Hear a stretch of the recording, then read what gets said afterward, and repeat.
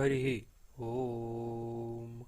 सार्थ श्री अष्टावक्र गीता अध्याय पहिला।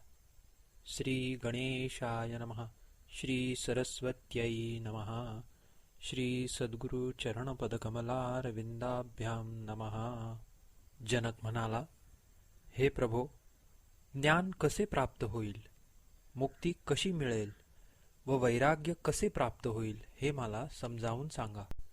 अष्टावक्र म्हणाले, हे प्रिय, तुला जर मुक्तीची इच्छा असेल तर विषयांना विष समजून त्यांचा त्याग कर आणि क्षमा, आर्जव, दया, संतोष व सत्य ह्यांना अमृत समजून त्यांचे सेवन कर। तू स्वतः पृथ्वी नाहीस, पाणी नाहीस, अग्नी नाहीस, वायू नाहीस किंवा आकाशही नाहीस। मुक्ती मिळविण्याकरिता या सर्वांचा साक्षी जो चैतन्य रूप आत्मा, तो तू आहेस असे जाण। जर तू देहाला स्वतःपासून अलग करून चैतन्यात स्थिरावलास तर आत्ता ह्या क्षणीच तू सुखी, शांत व बंधमुक्त होऊन जाशील। तू ब्राह्मणादी वर्ण असलेला नाहीस किंवा तू 4 आश्रमातलाही नाहीस। तसाच तू डोळे आदी इंद्रियांचा विषय नाहीस। तू असंग, निराकार, विश्वाचा साक्षी आहेस हे जाण व सुखी हो। हे व्यापक, धर्म अधर्म, सुख दुःख हे सर्व मनाचे आहेत। तुला आत्मरूपाला ते लागू नाहीत। तू करता नाहीस आणि भोगताही नाहीस। तू तर सदा सर्व काळ मुक्तच आहेस। हे राजन, तूच एक सर्वांचा द्रष्टा आहेस व सदैव सर्वार्थाने मुक्त आहेस। पण स्वतः स्वयंप्रकाश व सर्वांचा साक्षी असताना स्वतःला सोडून इतरांना तू द्रष्टा मानतोस, हेच बंधन आहे। मी करता आहे अशा अहंकाररूपी कृष्ण सर्पाने दंश केलेला तू, मी करता नाही अशा विश्वासरूपी अमृताचे सेवन करून सुखी हो। मी एक विशुद्ध बोध आहे ह्या निश्चयरूपी अग्नीने अज्ञानरूपी वनाला जाळून शोकरहित व सुखी हो। दोरीवर जसा सापाचा आभास होतो तसा ज्यावर ह्या संसाराचा आभास होतो, तो बोध तू आहेस हे जाण व सुखाने विहार कर। मुक्तीचा अभिमान ठेवणारा मुक्तच होतो व बद्ध असण्याचा अभिमान बाळगणारा बद्धच होतो। कारण जशी मती तशी गती ही लोकोक्ती खरीच आहे। आत्मा साक्षी आहे, व्यापक आहे, पूर्ण आहे, एक आहे, मुक्त आहे, चैतन्य रूप आहे, क्रियारहित आहे, संगरहित आहे, इच्छारहित आहे, शांत आहे, पण श्रमामुळे संसारवान आहे असा भासतो। हे जनका, अहम च्या भासाने सर्व बाह्य वस्तूंची ममत्व भाव निर्माण होतो। त्याचा त्याग करून मी कूटस्थ, असंग, ज्ञानस्वरूप, अद्वैत व व्यापक आत्मा आहे असा ध्यास घे। तीव्र भावना राहू दे। हे पुत्रा, फार काळापासून मी देह आहे ह्या देहाच्या अध्यासपाशाने तू बांधलेला आहेस। पण मी बोधरूप आहे ह्या ज्ञानाच्या तलवारीने तो धारणापाश तोडून टाक व सुखी हो। तू असंग, क्रियाशून्य, स्वयंप्रकाश आणि निर्दोष आहेस। पण समाधीचे प्रयत्न करण्याची क्रिया हेच बंधन आहे। तू फक्त मुक्त असल्याची घोषणा कर, क्रिया नको। हे सारेच विश्व तू व्यापले आहेस, ते तुझ्यातच समावले आहे। तू यथार्थः शुद्ध चैतन्य स्वरूप आहेस। म्हणून संकोचातून क्षुद्र मनाचा व चित्ताचा होऊ नकोस। तू अपेक्षारहित आहेस, निर्विकार आहेस, स्वनिर्भर आहेस, शांतीचे आणि मुक्तीचे स्थान आहेस, अगाध बुद्धी आहेस, क्षोभरहित आहेस। म्हणून चैतन्य मात्रावर श्रद्धा ठेवणारा हो। साकाराला मिथ्या समज, निराकाराला निश्चल नित्य ओळख। ह्या यथार्थ तत्वोपदेशाने पुन्हा तुझी संसारात उत्पत्ती होणार नाही. ज्याप्रमाणे आरशात पडलेल्या प्रतिबिंबामध्ये आरसाच आत व बाहेर असतो, त्याप्रमाणे ह्या शरीराच्या आत व बाहेर परमेश्वरच भरलेला आहे. ज्याप्रमाणे सर्वव्यापी आकाश घटाच्या आत व बाहेर असते, त्याचप्रमाणे नित्य आणि निरंतर ब्रह्म सर्व भूत मात्राला व्यापून आहे. अध्याय पहिला समाप्त. श्री अष्टावक्र गीता अध्याय दुसरा. जनक म्हणाला, आश्चर्य! आपण काय सांगत आहात? मी निर्दोष आहे, शांत आहे, बोध आहे, प्रकृतीच्या पलीकडचा आहे. आश्चर्य आहे की इतके दिवस मी मोहाने फसलो होतो. जसा ह्या देहाला एकटा मी प्रकाशित करतो, तसाच साऱ्या संसारालाही प्रकाशित करतो. म्हणूनच एकतर हे सर्व जगत माझे आहे किंवा माझे काहीच नाही. आश्चर्य आहे की शरीरासहित साऱ्या जगाचा त्याग करून कुठल्या तरी कौशल्याने अर्थात अष्टावक्राच्या केवळ उपदेशानेच मी परमात्मा पाहत आहे. जशा पाण्यावर लाटा लहरी उठतात, बुडबुडे व फेस उठतो, पण ते पाण्यापेक्षा वेगळे नाहीत, त्यावरच उठतात व त्यातच नाहीसे होतात, त्याप्रमाणे आत्म्याहून भिन्न येथे काही नाही, सर्व अभिन्नच आहे. विचार केला असता वस्त्र म्हणजे तंतूचा समुदाय तंतूच, तसेच विचार केला असता हा संसारही आत्मसत्ताच आहे. उसाच्या रसापासून बनलेल्या साखरेत जसा उसाचा रस असतोच, तसा माझ्यातून निर्माण झालेल्या विश्वात मी आहेच. आत्म्याबद्दलच्या अज्ञानाने संसार भासतो, पण त्याचे ज्ञान झाले तर तो भासत नाही. जशी दोरी अज्ञानामुळे माहीत नसल्यामुळे सापासारखी भासते, पण ती दोरी आहे असे ज्ञान होताच तशी वाटत किंवा भासत नाही. प्रकाश माझे स्वरूप आहे, मी त्याहून वेगळा नाही. जेव्हा विश्वसंसार प्रकाशित होतो, तेव्हा तो माझ्या प्रकाशानेच प्रकाशित होतो. आश्चर्य आहे की कल्पित संसार अज्ञानामुळे मला असा भासतो, जशी शिंपल्यात चांदी, दोरीवर साप व सूर्यकिरणांवर पाणी म्हणजे मृगजळ भासते. माझ्यापासून निर्माण झालेला हा संसार माझ्यात तसाच लय पावेल, जसा मातीत घडा, पाण्यात लहर व सोन्यात दागिना विलीन होतो.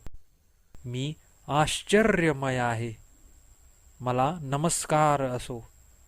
ब्रह्मयापासून ते तृणापर्यंतच्या साऱ्या जगाचा नाश झाला तरी मला नाश नाही.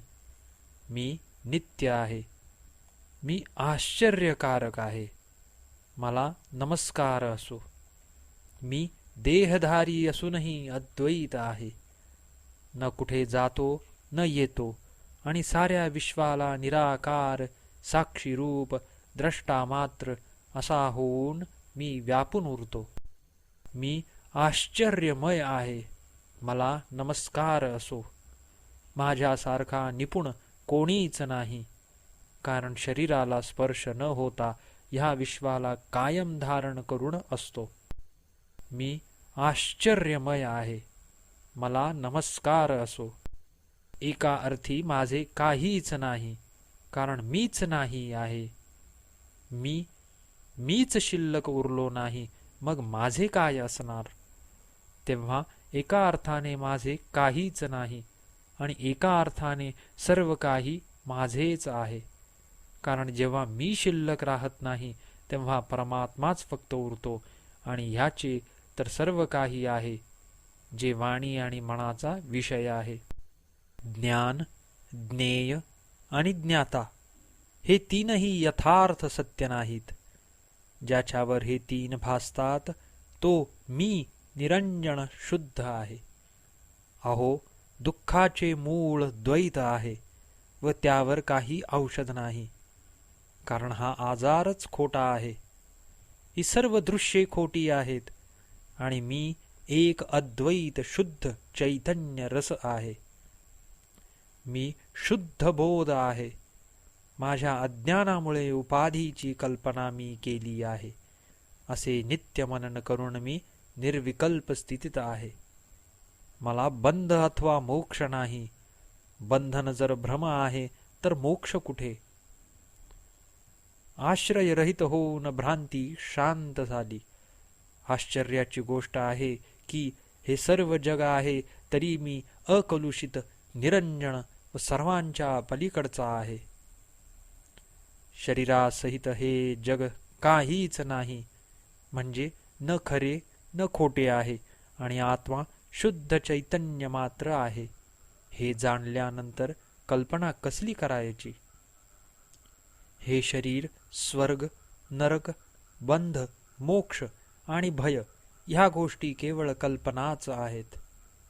त्यांच्याशी मला काय करायचे आहे? मी तर शुद्ध चैतन्य आहे. आश्चर्य आहे की मला द्वैत दुजाभाव दिसतच नाही. एवढा जनसमुदाय पाहून देखील मला द्वैत न दिसता तो एक जीव असण्यासारखा झाला आहे. मग मी कसा, कसला, कशाचा मोह करू? मी शरीर नाही, मला शरीर नाही, मी जीव नाही. नक्कीच मी चैतन्य आहे. जगण्याची इच्छा हाच माझा बंध होता. आश्चर्य आहे की हवेचे झोत जसे पाण्यावर तरंग उठवितात तसे अनंत समुद्र रूप अशा माझ्या शांत आत्म्यावर चित्ताच्या हवेने हजार हजार लहरी उठतात. त्या लहरी माझ्या नाहीत, त्या लाटा चित्ताच्या हवेमुळे उठतात. अनंत समुद्र रूप माझ्या चित्तरूपी हवा शांत झाल्यावर जीवरूपी वाणिकाच्या व्यापार करणाराच्या अभाग्याने जगरूपी नौका नष्ट होऊन जाते. आश्चर्य आहे की अनंत समुद्र रूप माझ्या आत जीवरूपी तरंग आपल्या स्वभाव धर्मानुसार उठतात, परस्परांशी लढतात, खेळतात व लय पावतात. अध्याय 2 समाप्त. श्री अष्टावक्र गीता अध्याय 3. अष्टावक्र म्हणाले, आत्म्याला तत्वतः एक आणि अविनाशी जाणूनही तुझ्यासारखे आत्मज्ञानी आणि धैर्यवंताला अजूनही धन कमवण्यात रुची आहे का? आश्चर्य आहे की शिंपल्याच्या अज्ञानाने चांदी आहे असा भ्रम निर्माण होतो, तसाच आत्म्याच्या अज्ञानामुळे विषयभ्रम झाल्याने लोभ निर्माण होतो. ज्या आत्मरूपी सागरावर हा संसार तरंगाप्रमाणे स्फुरित होत असतो तो आत्मा मी आहे हे जाणूनही तू दीनवाना का पळत आहेस? अत्यंत सुंदर आणि शुद्ध चैतन्य रूप आत्म्याबद्दल एवढे जाणूनही कोण कसा इंद्रियांच्या विषयात अत्यंत आसक्त होऊन मलिनतेला प्राप्त होतो ते ध्यानात घे. सर्व भूतात आत्मा आहे आणि सर्व भूते आत्म्यात आहे असे ज्ञान असूनही मुनीला माया ममता निर्माण होते, हे आश्चर्यकारक आहे. परम अद्वैतात आश्रय घेतलेला आणि मोक्षाकरिता उद्युक्त झालेला पुरुषही कामातूर होऊन कामक्रीडेच्या विचाराने व्याकुळ होतो, हे मोठे आश्चर्य आहे. काम हा ज्ञानाचा शत्रू आहे हे माहीत असूनही एखादा अति दुर्बल आणि मरणजवळ आलेला पुरुषही कामभोगाची इच्छा करतो, हेच मोठे आश्चर्य आहे. जनका, जो इहलोकातील व परलोकातील भोगाबद्दल विरक्त आहे आणि जो नित्य व अनित्याचा विवेक ठेवतो व जो मोक्षाची इच्छा करणारा आहे, तोच मोक्षाचे मरणाचे भय बाळगतो, हे एक आश्चर्यच आहे. ज्ञानाला उपलब्ध झालेला धीर पुरुष भोग भोगताना किंवा दुःख सहन करतानाही नित्य केवल आत्म्याला पाहत असल्याने प्रसन्नही होत नाही व रागावतही नाही.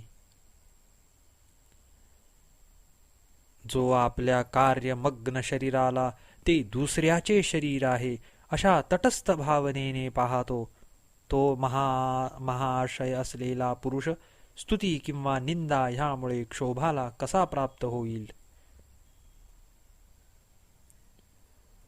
जो या विश्वाला माया मात्र पाहतो आणि ज्याच्या मनात आता कसलेही कुतूहल शिल्लक नाही, शंका नाही, तो धीर पुरुष मरण आल्यावर भयभीत का होईल? जो महात्मा मनात मोक्षाचीही इच्छा करीत नाही व जो आत्मज्ञानाने तृप्त आहे, त्याची तुलना कोणाबरोबर करता येईल? जो खराखुरा धैर्यवान व शांत झाला आणि ज्याने हे जाणले की दिसणारा हा संसार वस्तुतः नाहीच, त्याच्या मनात मग हे घ्यावे व ते टाकावे अशी वासनाच निर्माण होत नाही.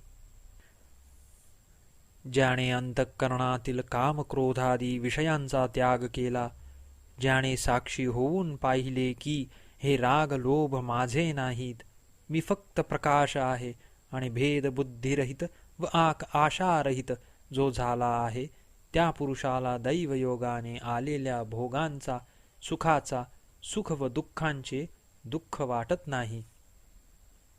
अध्याय तृतीय समाप्त. श्री अष्टावक्र गीता अध्याय चौथा. जनक म्हणाला, ज्यांच्या आत मी अहंकार शिल्लक उरला नाही, सहज वाट्याला आलेले सुखदुःखांचे भोग भोगणाऱ्या आत्मज्ञानी धीर पुरुषाची बरोबरी संसाराचे ओझे डोक्यावर घेणाऱ्या मूढ पुरुषांना कधीही करता येणार नाही. ज्या पदाच्या प्राप्तीच्या इच्छेने सर्व देवताच काय पण इंद्रही दीनवाना होतो, त्या पदावर, त्या परमोच्च पदावर पोहोचूनही, त्या सिंहासनावर बसूनही योगी हर्ष करीत नाही. तेथेही तो साक्षी बनूनच राहतो. जसा आकाशाशी संबंध आहे असे भासवणाऱ्या धुराशी आकाशाचा संबंध नसतो, तसाच पापपुण्याचा त्या पदावर आरूढ झालेल्या पुरुषाच्या अंतःकरणाशी संबंध नसतो. ज्या महात्म्याने ह्या सर्व जगाला स्वतःच्या आत्म्याप्रमाणेच जाणले, त्या वर्तमान क्षणाच्या साक्षी बनलेल्या महात्म्याला जसे स्फुरले तसे वागण्यापासून कोण रोखू शकेल? ब्रह्मापासून मुंगीपर्यंतच्या 4 प्रकारच्या जीवांच्या समूहापैकी ज्ञानालाच इच्छा व अनिच्छा थांबवण्याचे निश्चित सामर्थ्य आहे. तो दोन्हीपासून मुक्त आहे. कधी कुणी विरळाच आत्म्याला अद्वय आणि जगदीश्वर रूपात जाणत असतो, एक रूप होतो. मग त्याची मर्जी राहत नाही, मग तो तेच करतो जे प्रभू करवून घेतो. आणि मग विश्वाची एक रूप झालेल्या अशा अद्वय पुरुषाला कशाचे भय वाटणार? कारण भय वाटण्याला त्याला पर कोणीच नाही. अध्याय चौथा समाप्त. श्री अष्टावक्र गीता अध्याय 5. श्री अष्टावक्र म्हणाले, तुझा कोणाशीही संबंध नाही, त्यामुळे तू शुद्ध आहेस. तू कशाचा त्याग करू इच्छितोस? अशा रीतीने देहाभिमान नाहीसा करून तू मोक्षाला प्राप्त हो. अशीच भावना कर की माझ्यापासून संसार निर्माण झाला आहे. जसा समुद्राच्या पाण्यात बुडबुडा उत्पन्न होतो आणि स्वतःला व जगाला, स्वतःला व समष्टीला एक समजून, एक जाणून तू मोक्षाला प्राप्त हो. दृश्यमान जगत प्रत्यक्ष दिसत असले तरी दोरीवर सापाचा आभास व्हावा तसे आभास रूप आहे. तुला शुद्धाला मलरहिताला ते नाही असे जाणून तू लयाला निर्वाणाला प्राप्त हो. दुःख व सुख, आशा आणि निराशा जीवन व मृत्यू जो समान मानतो असा पूर्ण होऊन तू लयाला म्हणजे मोक्षाला प्राप्त हो. अध्याय 5 समाप्त. श्री अष्टावक्र गीता अध्याय 6. जनक म्हणाला, मी आकाशाप्रमाणे आहे. संसार घड्याप्रमाणे प्रकृतीजन्य आहे. म्हणजे बनतो व पुष्ट होतो. आकाशावर ह्याचा काही परिणाम होत नाही, कारण साक्षी तर आकाशासारखा अलिप्त आहे. ह्यामुळे ह्याचा न त्याग करायचा आहे, न स्वीकार करायचा आहे, न लय करायचा आहे असे मी जाणतो. मी समुद्रासारखा आहे. हा संसार तरंगासारखा आहे, म्हणून त्याचा त्याग किंवा स्वीकार करायचा आहे असे नाही असे मी जाणतो. मी शिंपल्यासारखा आहे. विश्वाची कल्पना शिंपल्यावरच्या चांदीसारखी आहे असे ज्ञान आहे. म्हणून न त्याचा त्याग आहे, न स्वीकार आहे, न लय आहे. मी सर्वभूतांत आहे व सर्व भूते माझ्यात समाविष्ट आहेत. त्यामुळे कशाचं न त्याग आहे, न ग्रहण आहे, न लय आहे. अध्याय 6 समाप्त. श्री अष्टावक्र गीता अध्याय 7. जनक म्हणाला, मी अंतहीन महासमुद्र आहे. त्यात विश्वरूपी नाव आपल्या आपणच वायूने डोलत आहे. मला त्याबद्दल असहिष्णुता नाही. माझ्या अंतहीन महासमुद्रात जगरूपी लाट स्वभावतः उठो वा नाहीशी होवो. त्यामुळे मी वाढतही नाही किंवा घटतही नाही. माझ्या अंतहीन महासागरावर संसार हा कल्पना मात्र आहे. मी अत्यंत शांत आहे, निर्विकार आहे, निराकार आहे आणि आता हेच माझे आश्रयस्थान आहे. आत्मा विषयात नाही आणि विषय त्या निरंजन आत्म्यात नाहीत. अशा प्रकारे मी अनासक्त, स्पृहामुक्त आणि स्पृहामुक्त आहे व त्यामुळेच त्यांचे आश्रयस्थान आहे. अहो, मी चैतन्य मात्र आहे. संसार इंद्रजालाप्रमाणे आहे. त्यामुळे न काही मिळवण्याजोगे आहे व न काही टाकण्याजोगे आहे. अध्याय 7 समाप्त. श्री अष्टावक्र गीता अध्याय 8. श्री अष्टावक्र म्हणाले, जेव्हा मन काही इच्छिते, काही विचार करते, काही स्वीकारते, काही टाकते, दुःखी होते किंवा सुखी होते, तेव्हा बंधन निर्माण होते. जेव्हा मन कशाचीही इच्छा करीत नाही, चिंता करीत नाही, सोडित नाही किंवा हवे हवे असे करीत नाही, सुखी किंवा दुखी होत नाही, तेव्हा मुक्तीच असते. जेव्हा मन कुठल्याही दृष्टीने विषयात गुंतते, तेव्हा बंध निर्माण होतो आणि जेव्हा मन सर्व विषयांपासून अनासक्त होते, तेव्हा मोक्ष असतो.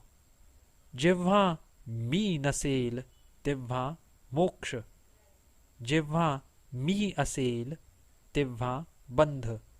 अशा मतीला जो उपलब्ध झाला, ह्यात स्थिरावला, त्याला मग ही इच्छा, हा स्वीकार, हा त्याग असे होत नाही.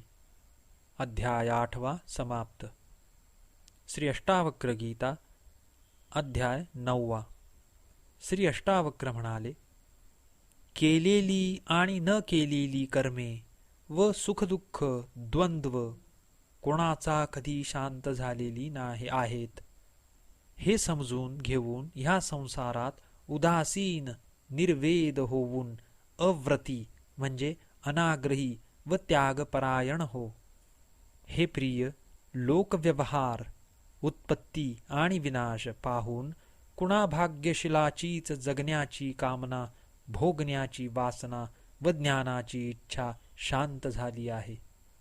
हे सारे अनित्य, तीन तापांनी दूषित, सारहीन, निंदित व त्याज्य आहे असा बोध अवलोकनाने होऊन निश्चय होताच तो शांतीला प्राप्त होतो. असा कोणचा काळ आहे, कोणचे वय अवस्था आहे की जेव्हा मनुष्याला द्वंद्व नव्हते, सुखदुःख नव्हते. म्हणून त्यांची उपेक्षा कर. यथाप्राप्त जे मिळाले त्यात परिस्थितीत संतोष मानणारा मनुष्य सिद्धीला प्राप्त होतो. महर्षींची, साधूंची, योग्यांची अनेक भिन्न भिन्न मते आहेत. हे पाहून बुद्धिमान मनुष्य त्यांच्या मतांची उपेक्षा करतो. त्यांच्या मतांच्या गुंत्यात अडकत नाही व शांती मिळवितो. जो उपेक्षा, समता आणि युक्तीद्वारा चैतन्याच्या सत्यस्वरूपाला जाणतो, तो काय गुरु नाही? भूतमात्रांचे विकार यथार्थ रूपाने पहा, म्हणजे शरीरादिकांपासून अलग होऊन तू आत्मस्वरूपात स्थित होशील आणि साक्षीभूत आत्मा तुला प्रतीत होईल. वासना हाच संसार आहे, म्हणून वासना गेली की संसार गेला असे जो जाणतो तो सर्वापासून मुक्त झाला. मग आता जे आहे, जसे आहे त्या सर्वांचा स्वीकार आहे. अध्याय 9 समाप्त. श्री अष्टावक्र गीता अध्याय 10. श्री अष्टावक्र म्हणाले, वैरी रूप काम व अनर्थाने भरलेल्या अर्थाचा त्याग कर आणि त्या दोघांच्या कारणरूप धर्माचाही त्याग करून तू सर्वांची उपेक्षा कर. मित्र, शेत, धन, घर, स्त्री, भाऊबंध इत्यादी सर्व संपत्तीला तू स्वप्नाप्रमाणे किंवा इंद्रजालाप्रमाणे समज, कारण ते सर्व 3-5 दिवसांचेच असतात. जेथे जेथे वासना निर्माण होईल तेथे तेथे संसार आहेच असे समज. परिपक्व वैराग्याचा आधार घेऊन तृष्णा वासनाहीन हो. तृष्णा हाच बंध आहे व तिचा नाश हाच मोक्ष आहे. संसारात असंग होण्यानेच निरंतर आत्म्याची प्राप्ती व तुष्टी होते. तू एक शुद्ध चैतन्य आहेस. संसार जड व असत आहे, अविद्याही असत आहे. एवढे जाणल्यावर आणखी जाणून घ्यायची काय जरुरी आहे? तुझे राज्य, पुत्र पौत्र, शरीर आणि सुख जन्मोजन्मी नष्ट होत आली आहेत, जरी तू त्यांच्यावर आसक्त बनला होतास. अर्थ, काम, पुण्यकर्म सुद्धा तू खूप करून चुकला आहेस, तरी सुद्धा ह्या संसाररूपी जंगलात मनाला शांती मिळाली नाही. आता तरी शांत बस, फक्त साक्षी हो. किती जन्म तू शरीराने, मनाने व वाणीने श्रमपूर्ण व दुःखपूर्ण कर्मे केलीस, तरी सुद्धा उत्पातरूपी संसारात मनाला थोडा सुद्धा विश्रांतीचा क्षण मिळाला नाही. तेव्हा आता तरी निदान साक्षी रहा, करता राहू नकोस. अध्याय 10 समाप्त. श्री अष्टावक्र गीता अध्याय 11. श्री अष्टावक्र म्हणाले, हे जनका, एखाद्या गोष्टीचा अभाव असणे किंवा तिची प्राप्ती ह्या गोष्टी स्वभावतः होत असतात. असे जाणून ह्याकडे साक्षी वृत्तीने पाहणारा विकाररहित व क्लेशरहित झालेला पुरुष सहज सुखाने शांत राहत असतो. सर्वांना निर्माण करणारा ह्या जगात फक्त ईश्वर आहे, ही सर्व त्याचीच लीला आहे असे निश्चयपूर्वक जाणून जो आशारहित होऊन सर्वांचाच प्रभुकृपा म्हणून स्वीकार करतो, तो कशातच आसक्त न होता शांत भावाने असतो. काले करुण दैवाने या आपत्काल व संपदा येत असतात, हे ज्याला पक्के ठाऊक आहे, तो कशाचीही इच्छा किंवा कशाचेही दुःख न करता स्वस्थेंद्रिय व नित्य संतुष्ट असा राहतो. सुख आणि दुःख, जन्म आणि मरण ही दैवयोगाने प्राप्त होतात असे निश्चयाने जाणणारा पुरुष सहज प्राप्त कर्मांचा बोजा न वाटू देता ती करतो, पण कशातच आसक्त होत नाही. चिंतेमुळे संसार दुःख निर्माण होते, हे ज्याने स्वतःवर ठसवून घेतले आहे त्याला कशाचीच इच्छा राहत नाही व तो चिंतारहित सुखी व शांत असतो. मी शरीर नाही, हा देह माझा नाही, मी ज्ञानस्वरूप बोधरूप साक्षी आहे, असा बोध आत्मगत झालेला पुरुष केलेल्या व न केलेल्या कर्मांचे स्मरण करीत नाही, मनात घोळवत नाही, त्यामुळे कैवल्यातच त्याचा निवास असतो. ब्रह्मापासून गवतापर्यंत सर्वत्र मीच आहे, अशी अनुभूती प्राप्त केलेला व सर्व रूपात समावलेला संकल्परहित शुद्ध स्वभाव शांत लाभालाभ रहित पुरुष आत्मानंदात परिपूर्ण असतो. या आश्चर्यमय विश्वाच्या ठिकाणी वासनारहित आत्मबोध स्वरूपात विवरणाऱ्या पुरुषाला सर्वत्र हरिरूपाचीच अनुभूती येत असल्याने दुःखरूप अनुभवास न येता तो शांती स्वरूपानेच असतो. 11वा अध्याय समाप्त. श्री अष्टावक्र गीता 12वा अध्याय. श्री जनक म्हणाला, हे श्री गुरो, मी सर्व शारीरिक कर्माचा त्याग, जपपाठादी वाणीच्या कर्मांचा त्याग करीत शेवटी मनात येणाऱ्या विचाराचाही त्याग करून साक्षीभावात राहू लागल्याने मी आत्मस्वरूपात लीन झालो आहे. अदृश्य अशा आत्म्याचे तो ध्यानाचा विषय होऊ शकत नसतानाही शब्द, विचार व रूप ह्यांच्या सवयीने त्यांच्याद्वारा ध्यानाची क्रिया करणे हाच विक्षेप बाधा आहे. त्यामुळे ध्यान करण्याच्या क्रियेविरहित होऊन मी स्वरूपात स्थिर आहे. जड समाधी साधण्याकरिता मनाने संकल्पाची व इतर योग क्रिया करणे हा नियम, हाच अध्यास आहे व मनाच्या व्यापाराची सहज समाधीला आवश्यकता नाही. त्यामुळे त्या समाधीशिवाय मी आत्मानंदात आहे.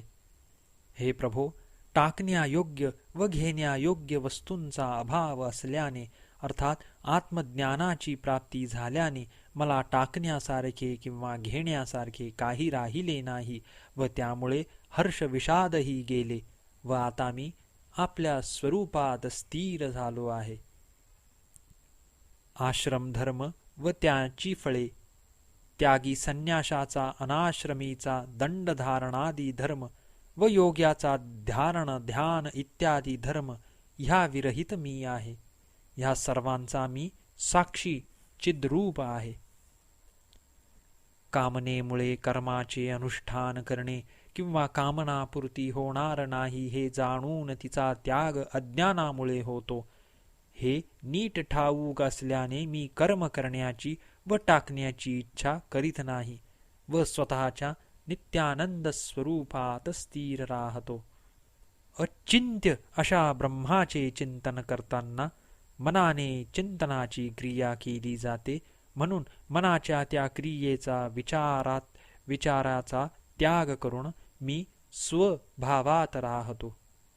ज्या पुरुषाने ह्या प्रकारे शरीराच्या व मनाच्या सर्व क्रियांचा त्याग करून आपल्या स्वरूपाला जाणले तोच कृतार्थ म्हणजेच जीवनमुक्त होतो. अशा क्रियारहित सहज अवस्थेत जो राहतो तोच ह्या देहात असूनही विदेह मुक्ती अनुभवत असतो. 12वा अध्याय समाप्त. श्री अष्टावक्र गीता अध्याय 13वा. जनक म्हणाला, सर्व विषयांबद्दलच्या आसक्तीचा साक्षी वृत्तीने जो सहजगत्या त्याग घडला व त्यामुळे चित्ताला जी स्थिरता आली ती भगवी वस्त्रे धारण करणाऱ्या संन्याशालाही दुर्लभ आहे. त्यामुळे साक्षी वृत्तीत राहून ग्रहण व त्यागाची आसक्तीही संपली व मी आत्मानंदातच उरलो. कुठे कर्मकांडाने शरीर शिणले आहे, कुठे पाठांतराने वाणीला क्षीण आला आहे, तर कुठे मननचिंतनाने मन मरगळून गेले आहे. हे पाहून ह्या सर्वांचा त्याग करून मी निर्धाराने आत्मानंदात राहिलो आहे. शरीरादींनी होणारी कर्मे आत्मा करीत नसतो हे जाणून घेतल्याने मी सहज प्राप्त कर्मे अलिप्त राहून साक्षी भावाने करूनही मी आपल्या सुख स्वरूपातच राहतो. ज्याला देहासक्ती आहे त्यालाच कर्म करण्याची अथवा न करण्याची बंधने असतात. पण देह राहो किंवा जाओ अशा माझ्या अवस्थेमुळे मी सहज सुखात असतो. लौकिक व्यवहार म्हणजे चालणे, फिरणे, बसणे, उठणे ह्यापासून अभिमानरहित झाल्याने मला लाभ अथवा हानी नाही. त्यामुळे मी झोपलेला असो, बसलेला असो वा फिरत असो, ह्या क्रियांमुळे माझी आत्मानंद अवस्था मोडत नाही. सारी कर्मे सोडून मी झोपलो तरी माझी काही हानी होत नाही किंवा कर्मे करून मला काही प्राप्त करण्याची कामना नाही. त्यामुळे लाभहानीचा विचारच नसल्याने मी सहज सुखात असतो.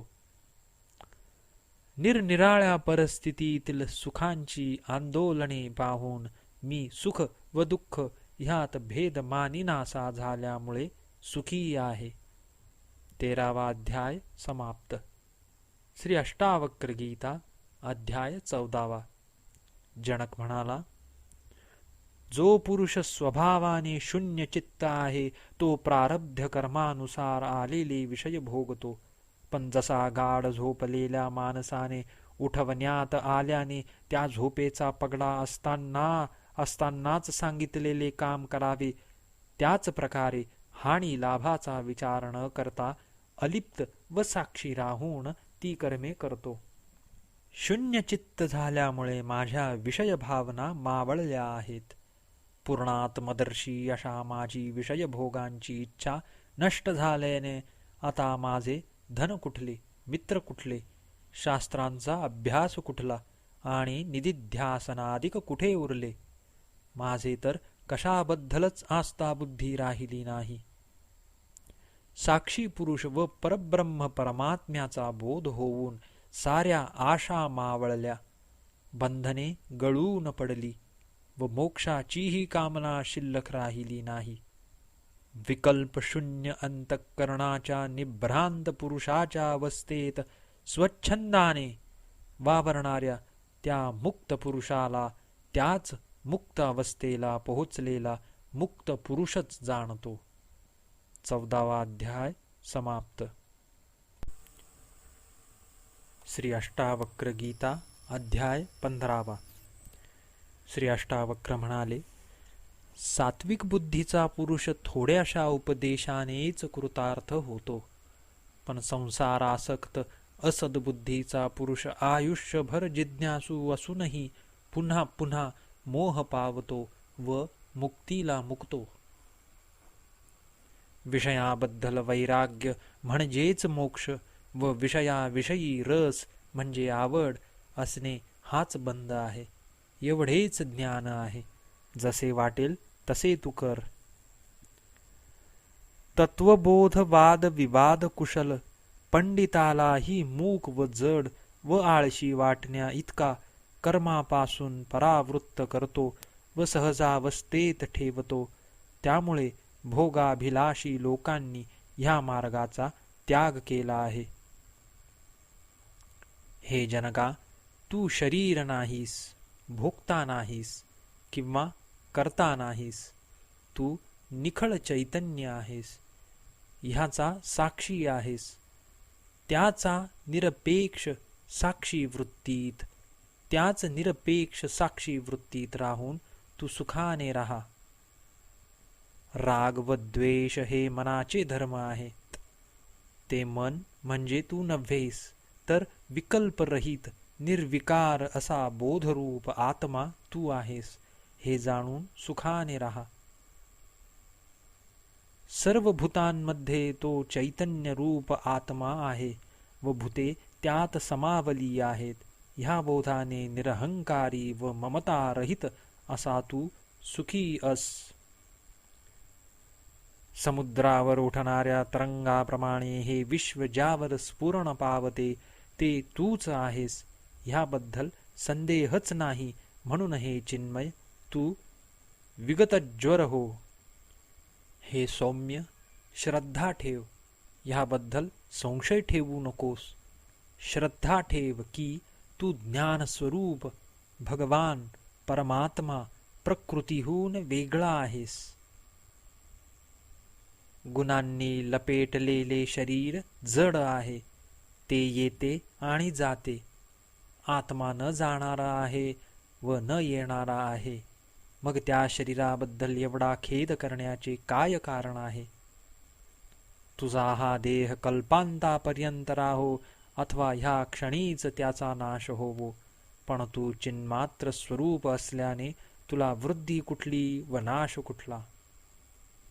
अनंत महासागरावर विश्वरूप तरंग स्वभावतःच उत्पन्न होतात व अस्त पावतात, परंतु तुझी चिन्मय आत्म्याची न वृद्धी होते न नाश होतो. हे तात, तू चैतन्य स्वरूप आहेस, त्यामुळे तुला कुठल्याही वस्तूचा त्याग व ग्रहण करणे शक्य नाही, कारण हे जगत तुझ्याहून वेगळे नाही. हे जनका, भेदशून्य, अविनाशी, शांत, निर्मळ अशा तुझ्या चैतन्याकाशात न जन्म, न मृत्यू, न कुठले कर्म, न अहंकार शिल्लक असू शकेल. ज्याप्रमाणे एकाच सोन्याने घडविलेली बांगडी, बाजूबंद व घुंगरू आकाराने वेगळे वाटले तरी एकाच सोन्याचे आहेत, त्याचप्रमाणे तू जे जे पाहत आहेस त्या त्या ठिकाणी जरी बाह्य आकार वेगळा दिसला तरी तूच आहेस. हे जनका, हा तो परका आहे, हा मी माझा आहे, हा मी माझा नव्हे, ह्या भेदबुद्धीचा त्याग करून मी सर्वरूप आत्माच आहे ह्या निश्चित बोधाने व कामनारहित होऊन सुखी हो. हे शिष्या, तुझ्याच अज्ञानामुळे हे जग भासते व तुझ्याच आत्मज्ञानाने त्याचा नाश होतो. ज्ञानाचा उदय झाल्यावर तूच एकटा एकच उरतोस. परमार्थतः संसारी व असंसारी हे भेद तुला नाहीत. हे जगत भ्रांतीमुळेच दिसत आहे, त्याचे स्वतःचे त्याशिवाय अस्तित्व नाही असा बोध ज्याच्या अनुभूतीत आला तो वासनारहित होऊन स्फूर्ती मात्र उरून शांतीला प्राप्त होतो.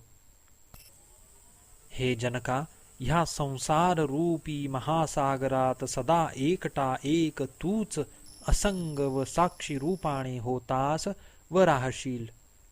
आता तुला न कुठला बंध आहे न कुठला मोक्ष आहे. तू आता कृत्य धन्य झाला आहेस.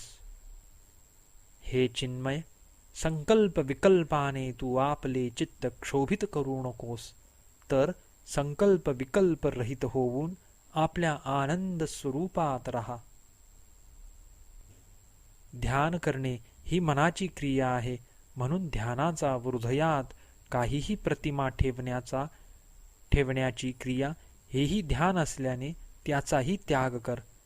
आत्मा स्वयमेव मुक्तच असल्याने तू विचार करून काय साधणार आहेस? 15वा अध्याय समाप्त. श्री अष्टावक्र गीता अध्याय 16वा. श्री अष्टावक्र म्हणाले, हे प्रिय, अनेक प्रकारांनी नाना शास्त्रे ऐक व सांग, परंतु ते सर्व ज्ञान विसरल्याशिवाय तुला शांती मिळणार नाही. हे ज्ञानवान, वाटले तर तू भोग, समाधीत राहा किंवा कर्म करीत राहा, पण आत्मज्ञानाच्या प्रभावाने ज्यावेळी तू सर्व आशांपासून दूर राहशील तेव्हाच तुझे चित्त स्वस्थ होऊन तू सुखावशील. हे शिष्या, शरीराच्या निर्वाहाकरिता अतिसायास श्रम केल्याने सर्वजण दुःखी होतात, हे कोणी जाणत नाही. म्हणून महापुरुष सहज प्राप्त असेल त्याचा स्वीकार करून स्वस्थ राहतात. जो ज्ञानवान जीवनमुक्त पुरुष आहे त्याला डोळ्याच्या पापण्या उघडणे मिटणेही खेदकारक वाटते. इतका जो प्रवृत्ती क्रियांबद्दल आळशातला आळशी आहे व सर्व व्यवहार संसार वृत्तीपासून निवृत्त झाला, त्यालाच सुखाची प्राप्ती होते, इतर कोणाला नाही नव्हे. हे काम केले, साधले, ते केले नाही, यशस्वी झाले नाही, ह्या मनाच्या वासना द्वंद्वातून जो मोकळा झाला, त्याला मग धर्म, अर्थ, काम व मोक्षाचीही इच्छातून सुटता येते. जो मुमुक्षू विषयांचा राग करून त्याग करतो तो विरक्त, व जो विषयांवर लोलूप झाला त्याला विषयासक्त म्हणतात. पण जो इच्छारहित होऊन विषयांचा त्याग व भोगाचा विचारच करीत नाही, तो जीवनमुक्त असतो. जोपर्यंत तृष्णा आहे तोपर्यंत संसार वृक्षाला हे घ्यावे ते टाकावे असे अंकुर सतत फुटतच राहतात. साक्षी वृत्तीने राहणाऱ्या जीवनमुक्ताला प्रारब्धवश जे काय होईल त्याचा व जे नष्ट होईल त्याचा हर्षखेद होत नाही. मन विषयाकडे जाऊ लागताच विषयाबद्दल मोह निर्माण होतो. विषयांचा वीट आल्यावर त्यांच्याबद्दल द्वेष निर्माण होतो. परंतु मुक्त पुरुष रागद्वेषांचा त्याग करून जे दैवयोगाने प्राप्त होते त्याचा साक्षीभावाने स्वीकार करीत असल्याने विकाररहित असतो. हे शिष्या, दुःखांच्या अनुभवाने विषयी संसारी मनुष्य संसाराचा त्याग करण्याची कामना ठेवतो, तसा प्रयत्न करतो. पण ज्याचे सर्व विकार शमले आहेत व त्यामुळे दुःखताप गेले आहेत, तो संसारात असूनही त्याचा खेद करीत नाही.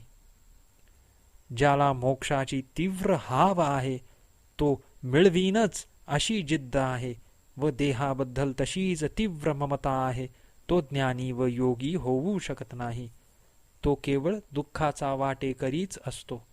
हे जनका, तुला महादेव उपदेश करो की विष्णू उपदेश करो अथवा ब्रह्मा उपदेश करो, जोपर्यंत तुझ्या मनाच्या सर्व क्रिया थांबून भूत व भविष्याचा विचार सुटून तू वर्तमान काळात निर्विचार साक्षी होऊन राहत नाहीस, तोपर्यंत तुला शांतता लाभणार नाही. 16वा अध्याय समाप्त. श्री अष्टावक्र गीता अध्याय 17. श्री अष्टावक्र म्हणाले, आत्मज्ञानाचे फळ त्याच पुरुषाला मिळते आणि त्याच पुरुषाचा योगाभ्यास सुफलित होतो ज्याने विषय वासनांचा त्याग करून आपली इंद्रिये निर्मळ केली व स्वमध्येच जो राहिला आहे.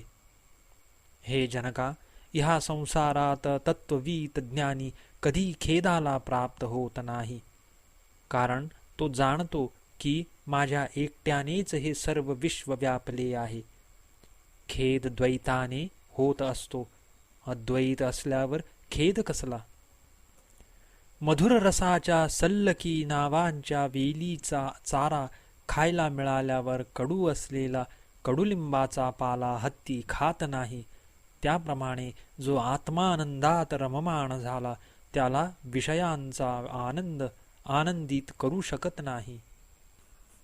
हे जनका, ज्या पुरुषाला गतकालांत भोगलेल्या भोगाबद्दल आसक्तीपूर्ण स्मरण होत नाही किंवा न भोगलेल्या भोगांबद्दल आकांक्षा निर्माण होत नाही, परंतु जो आपल्या आत्म्यातच तृप्त आहे, असा पुरुष संसार सागरात विरळाच असतो.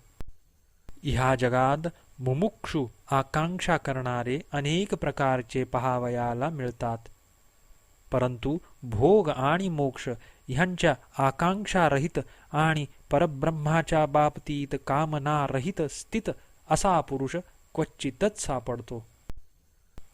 हे शिष्या, जगात असा पुरुष दुर्लभ आहे की जो धर्म, अर्थ, काम आणि मोक्ष तसाच जगणे आणि मरणे ह्या सर्वांबद्दल उदासीन कामनारहित असा आहे.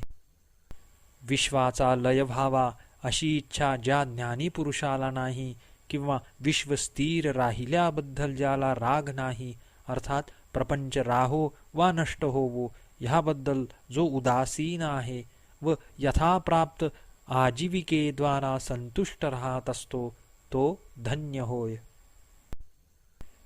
मी अद्वैत आत्मज्ञानाने कृतार्थ झालो आहे अशीही जाणीव ज्या पुरुषाला शिवत नाही व बाह्य इंद्रियांचे पाहणे, ऐकणे, स्पर्श करणे, वास घेणे, खाणे इत्यादी व्यवहार तो सामान्य संसारी माणसाप्रमाणे करीत असला तरी आत्मवृत्तीचा भंग व साक्षी अवस्था सुटणे ह्या गोष्टी होत नाहीत. ज्या पुरुषाचा संसार सागर क्षीण झाला आहे त्याला विषयांची इच्छाही होत नाही किंवा विरक्त होण्याचीही इच्छा होत नाही. त्या ज्ञानी पुरुषाचे मन, शरीर व इंद्रिये बालकाप्रमाणे किंवा उन्मत्ताप्रमाणे व्यापार शून्य होतात व त्याच्या शरीराची हालचालही उद्देशहीन व वृथाच होत असते.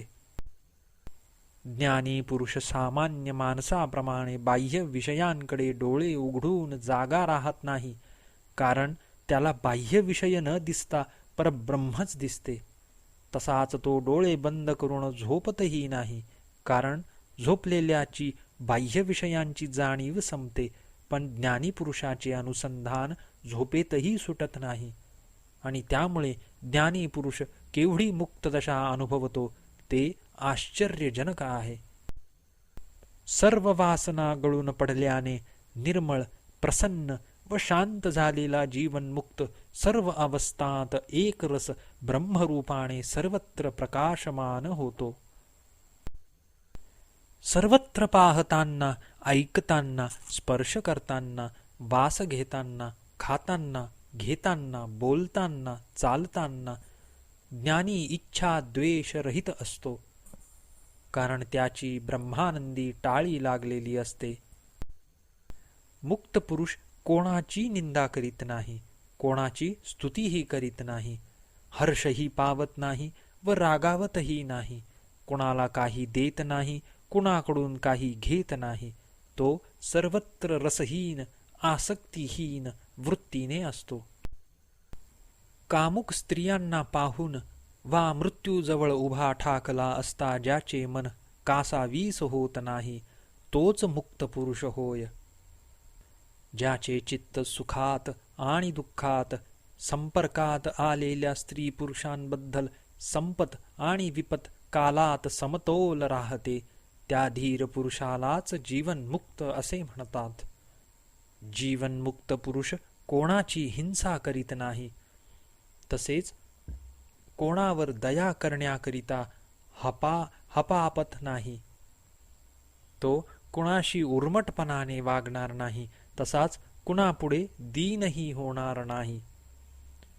त्याला कशाचे आश्चर्य वाटत नाही, तसाच कशाने त्याला क्षोभ राग येत नाही.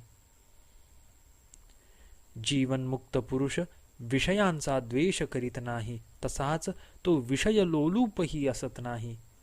प्रारब्धवशात जे प्राप्त होते व अप्राप्त असते त्या परिस्थितीचा तो आसक्तीरहित बिनतक्रार स्वीकार करतो. कुठल्या गोष्टीच्या प्राप्तीने समाधान होणे, न मिळण्याने असंतोष होणे हे हिताचे आहे, हे नुकसानकारक आहे, अशा विकल्पना शून्यचित्त पुरुष जाणत नाही. तो कैवल्यात स्थित असतो. हे जनका, अंतरंगातील सर्व आशा ममता अहंकार गळून पडल्याने जो केवळ अस्तित्व मात्र उरला आहे तो सर्व करूनही त्यात लिप्त होत नाही. हे जनका, मनाच्या प्रकाशात विचार लहरी उत्पन्न झाल्याने निर्माण होणारा मोह, कल्पना, स्वप्ने, मनोराज्ये व जडता ह्या सर्व गोष्टी मनाचे सर्व व्यापारच गळून पडल्याने व मनाचे अस्तित्वच गेल्याने जीवनमुक्त सदा अनिर्वचनीय अशा दशेत राहत असतो. अध्याय 17 समाप्त. श्री अष्टावक्र गीता अध्याय 18. श्री अष्टावक्र म्हणाले, जो आत्मा शांत रूप आहे, ज्याच्यात संकल्प विकल्प उत्पन्न होत नाहीत आणि जो सुखरूप आणि प्रकाश स्वरूप आहे, ज्याच्या स्वरूपाचे ज्ञान होताच जगत भ्रम स्वप्नाप्रमाणे मिथ्या होऊ लागतो, त्या आत्मस्वरूपाला नमस्कार असो. सर्व तऱ्हेची व तऱ्हेने संपत्ती मिळवून मनुष्याला खूप उपभोग मिळतात, पण या सर्वांचा त्याग केल्याशिवाय व त्यांच्याबद्दलची वासना नाहीशी झाल्याशिवाय मनुष्य सुखी होऊ शकत नाही. कर्तव्यजन्य दुःखरूपी सूर्याच्या ज्वालांनी ज्याचे मन भस्म झाले आहे, त्याला शांतीरूपी अमृतधारेच्या वृष्टीशिवाय सुख कसे मिळणार? हे जनका, हे जगत संकल्प मात्र आहे. परमार्थ दृष्टीने आत्म्याशिवाय कुठलीच गोष्ट सत्यरूप नाही. संसार असत्य आहे. जो असत्य रूप संसार आहे तो कधीही सत्य होत नाही, व जो आत्मा सत्य रूपच आहे तो कधी असत्य नश्वर होत नाही. आत्मा सर्वांना सर्वात जवळचा आहे. तो कुणापासूनही दूर नाही. तो मनाच्या कल्पने पलीकडचा, कल्पनेत न मावणारा, अनायासाने प्राप्त न होणारा, आयासाने प्राप्त न होणारा, आयास सुटताच प्राप्त होऊ शकणारा, निर्विकार व दुःखरहित आणि उपाधिरहित सदैव एक रस आहे. जीवनातील सारे मोह आसक्ती विरून गेलेला, दुःखरहित, विकारांच्या अभावाने दृष्टी निर्मळ झालेला ज्ञानी पुरुष स्वरूपाने जगात शोभून दिसतो. सर्व जगत कल्पना मात्र आहे. आत्मा हा सनातन व मुक्त आहे, असा प्रत्यक्ष अनुभव घेऊन ज्ञानी पुरुष लहान बालकाप्रमाणे बागडत असतो. जीवात्मा ब्रह्म आहे. भाव अभाव कल्पित आहेत, हे पक्के अनुभवाला आल्याने कसलीच कामना उरली नाही. त्यामुळे कुणाला काही सांगावे किंवा काही करावे असे ज्ञानी पुरुषाला काही उरत नाही. सर्वत्र आत्मरूप कोंदाटले आहे. ह्या अनुभूतीने ते ब्रह्म मी आहे, हे जग मी नाही, अशा विकल्पना गळून पडल्यानंतर ज्ञानी आत भरलेल्या अपार आनंदाने व तो व्यक्त करणे शक्य नसल्याने मौनावस्थेत असतो. संकल्परहित समचित्त साक्षीभावाने असलेल्या योग्याला संशय विक्षेप, एखाद्याच विषयाची एकाग्रता, एखाद्या गोष्टीचा खोल विचार, मूर्खता, सुख या दुःख, सुख वा दुःख ह्यापैकी काहीच उरत नाही. तो आत्मानंदातच मग्न असतो. राज्याधिकारी असण्यात, भिक्षावृत्तीने राहण्यात, लाभहानी होण्यात, मनुष्य समूहात किंवा निर्जन वनात राहण्यात विकल्परहित झालेल्या योग्याला काही विशेषता वाटत नाही. सगळीकडे समतोल वृत्तीने तो राहतो. स्थिरचित्त झालेल्या योग्याला धर्म, काम, अर्थ ह्यांचे काही प्रयोजन राहत नाही, व हे काम मी केले आहे किंवा हे करणार आहे अशा प्रकारचे द्वंद्व गेल्याने जीवनमुक्त योगी निरामय राहतो. जीवनमुक्त पुरुषाची कुठलीच क्रिया स्वतःच्या संकल्पाने होत नाही आणि त्याला करण्यायोग्य कर्म शिल्लक नसते, कारण त्याला कशाचाच मोह नसतो आणि हेतू व आसक्तीशिवाय कुठलेच कर्म होऊ शकत नाही. त्याची शरीरयात्रा प्रारब्धवशच चालू असते. जीवनमुक्तांचे सर्व संकल्प नष्ट झालेले असतात, त्यामुळे त्याला कसला मोह नसतो. त्यामुळे त्याच्या दृष्टीला संसार अनुभवाला न येता ब्रह्मच अनुभवाला येते. त्याला ध्यानाची व मुक्तीचीही इच्छा नसते, कारण त्याच्या मनाला कसले स्फुरण होत नसल्याने तो आत्मानंदातच मग्न असतो. मुक्त पुरुषाला सर्वत्र ब्रह्मानुभव येत असल्याने हे विश्व पाहूनही त्याला ते जग न दिसता ब्रह्मरूपच दिसते. त्यामुळे निर्वासन झालेला मुक्त पुरुष जग पाहत असूनही पाहत नाही. ज्याने ब्रह्माला पाहिले तो ते ब्रह्म मी आहे असे चिंतन करतो. पण जो स्वतःच ब्रह्म होऊन सर्वत्र ब्रह्मानुभव घेत आहे, जो ब्रह्माशिवाय काही पाहत नाही, तो कशाचे चिंतन करणार?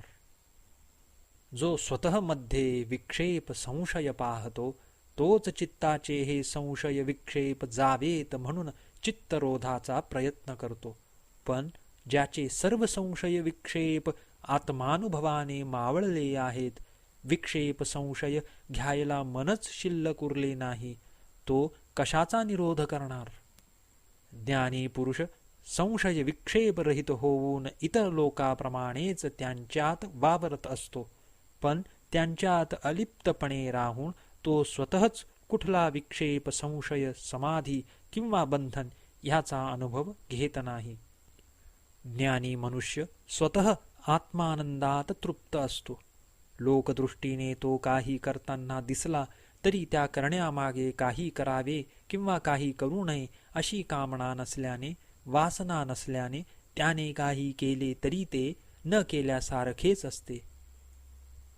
जेव्हा एखादे कर्म करायला येऊन ठेपते, तेव्हा ज्ञानी मनुष्य ते कुरकुर न करता संतोषाने करतो. सहज समाधीत असणाऱ्या ज्ञानी पुरुषाचा प्रवृत्ती वा निवृत्तीचा कसलाच आग्रह नसतो. वासनारहित, निरालंब, स्वच्छंद, बंधनरहित असा ज्ञानी पुरुष प्रारब्धानुसार सुकलेले पान जसे वाऱ्याने स्वतःच्या इच्छेशिवाय प्रयत्नाशिवाय उडत जाते, तसा संसारात राहत असतो. ज्ञानी माणसाला कधी हर्ष होत नाही, कधी खेद वाटत नाही. तो शांत मनाने विदेह स्थितीत असतो. आत्म्यामध्ये रममान झालेल्या शांत व निर्मल चित्ताच्या ज्ञानी पुरुषाला काही टाकण्यासारखे नसते व कसलीही आशा नसते. स्वभावतः ज्याचे चित्त शून्यावस्थेत आहे, तो सामान्य संसारी माणसासारखा वागताना दिसला तरी त्याला कशाने मान वाटत नाही वा अपमान वाटत नाही. होणारी कर्मे देहाकडून होतात, शुद्ध रूप अशा माझ्या आत्म्याने ती केली नाहीत असे जो अनुभवतो, तो ज्ञानी पुरुष कर्मे करूनही ती करीत नाही. कुठलेही कर्म करण्याचा आग्रह नसलेला जीवनमुक्त सहज प्राप्त कर्मे करीत असतो, पण त्यात बालिशपणा नसतो. त्यामुळे सांसारिक कर्मे करूनही त्यात लिप्त न झाल्याने त्याची वृत्ती सदा प्रसन्न राहते. नाना विचाररहित ज्ञानी मनुष्य अंतरात परमशांती अनुभवित असतो. त्यामुळे संकल्पादी मनाचे व्यापार, बुद्धीचे व्यापार व इंद्रियांचे व्यापार तो करीत नाही. ज्ञानी माणसाला विक्षेपच नसल्याने विक्षेप निवृत्तीकरिता त्याला समाधीचा प्रयत्न करावा लागत नाही. द्वैत भ्रम नष्ट झाल्याने त्याला कुठलाही बंध असत नाही. हे सर्व जगत कल्पित आहे हे जाणून तो निर्विकार चित्त दशेत असतो. जो मनुष्य अहंकार रहित झाला, तो लोकदृष्टीने कर्म करीत नाही किंवा करतो असे वाटले तरी कर्तृत्वाचा अहंभावच नाहीसा झाल्याने त्याला संकल्प विकल्पांचे स्फुरण होत नाही. जीवनमुक्तांचे चित्त कर्तृत्वरहित, संकल्प विकल्प विरहित, आशारहित व संदेहमुक्त असल्याने त्याला कशाचा खेद होत नाही किंवा कशाने तो संतोषही पावत नाही. ज्ञानांचे चित्त संकल्प विकल्प रूप चाळे करण्यास प्रवृत्त होत नाही, कारण चित्ताची निर्मळ व निश्चळ अवस्था झाल्याने ते स्वरूपात लीन होते. मंद पुरुष तत आणि त्वम पदांचे कल्पित भेद श्रुतींच्या उपनिषद ग्रंथातून ऐकून संशय आणि विपरीतपणामुळे मूढतेला प्राप्त होतो आणि तत आणि त्वम पदांचा अभेद अर्थ समजण्याकरिता समाधी लावतो. परंतु हजारोतला कुणी एखादाच अंतरात्मा शांतचित्त व संशय विकल्प रहित होऊन बाहेरचा व्यवहार वेड्यासारखा करतो. अज्ञानी माणसे चित्ताचा निरोध करून एकाग्रतेचा खूप अभ्यास करतात, परंतु ज्ञानी पुरुष गतकालातील कर्माचा अथवा भविष्यकाळातील संकल्पांचा विचार न करता वर्तमान काळात राहून आपल्या स्वरूपात लीन असतात. अज्ञानी पुरुष चित्त निरोधाने अथवा कर्मानुष्ठानाने परमानंदाला प्राप्त होत नाही. ज्ञानी पुरुष तत्वाचा प्रत्यक्ष अनुभव घेऊन निश्चिंत असल्याने असा काही प्रयत्न न करताच कृतार्थ होतो. संसारपरायण सामान्य जन त्या शुद्ध बोधरूप प्रिय पूर्ण असलेल्या क्रियारहित व दुःखरहित अशा आत्मरूपाला जाणत नाहीत. अज्ञानी अभ्यासरूपी कर्मांनी मोक्ष मिळू शकत नाही. मनाच्या व शरीराच्या क्रियारहित होऊन भाग्यवान सत्पुरुष आत्म्याच्या प्रत्यक्ष अनुभवानेच मुक्तावस्थेत राहतो. अज्ञानी ब्रह्म होण्याची इच्छा करतो, पण कसलीही इच्छा आशा करणे हेच त्याच्या ब्रह्म होण्याच्या आड येते. पण ज्ञानी पुरुष इच्छारहित झाल्याने, प्रयत्न क्रियारहित झाल्याने ब्रह्म होण्याचा प्रयत्न न करताही ब्रह्मस्वरूप होतो. स्वचा अनुभव अथवा अनुभवी गुरुचा आधार नसलेला अज्ञानी स्वतःचे पूर्वग्रह समजुती ह्यात गुरफटून जे कर्मकांड करू जातो त्याने संसारालाच पोषण मिळते. पण ज्ञानी पुरुष ह्या अनर्थाचे मूळ असलेल्या पूर्वग्रहांच्या समजुतींच्या जाळ्यात न अडकता साक्षी वृत्तीने असल्यामुळे सर्वांपासून अलिप्त राहून ब्रह्म अनुभवतो. मन शांत व्हावे ह्या इच्छेने अज्ञानी मनुष्य नाना प्रयत्न विचार व कर्म करतो. इच्छा व प्रयत्न हीच निर्विचार अवस्थेला बाधक झाल्याने त्याला शांती मिळत नाही. पण ज्ञानी पुरुष सर्व प्रयत्न व विचार सोडून साक्षी व तटस्थ भावाने वागत असल्याने त्याला शांतता सहज प्राप्त होते. दृश्य वस्तूंची समरस होऊन जो विचारधारेत अडकतो व स्वला विसरून विषय विकारात गुंतत जातो त्याला आत्मदर्शन कुठले. परंतु ज्ञानी पुरुष आत्मस्वरूपात रममाण होऊन आत्मस्वरूपाचे अखंड दर्शन घेत असल्याने त्याला बाह्य जगातील गोष्टी न दिसता सर्वत्र हरीच दिसू लागतो. जो मनावर नाना बंधने टाकून मनाचा निरोध करण्याचा यत्न करतो तो प्रयत्नच त्याच्या मनाला भरकटवून टाकीत असल्याने त्याला चित्ताची समता प्राप्त होत नाही. पण ज्ञानी मनुष्य चित्ताच्या निरोधाचा प्रयत्नच न करता जे जसे आहे ते तसे लिप्त न होता पाहतो. त्यामुळे त्याचे चित्त अडोल राहते. कुणी प्रपंचाला भावरूप असल्याने सत्य समजतो तर कुणी प्रपंचाला शून्य रूप मानतो. पण संसाराला भाव अभाव न पाहता जो सर्वत्र फक्त आत्मरूपच पाहतो तो शांतचित्त असतो.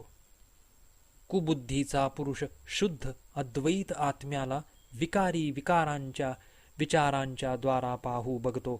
पण मनाचे मोह मत्सरादी विकार व चलनवलन गेलेले नसल्याने जन्मभराच्या प्रयत्नानेही त्याला आत्मरूपाचा अनुभव येत नाही.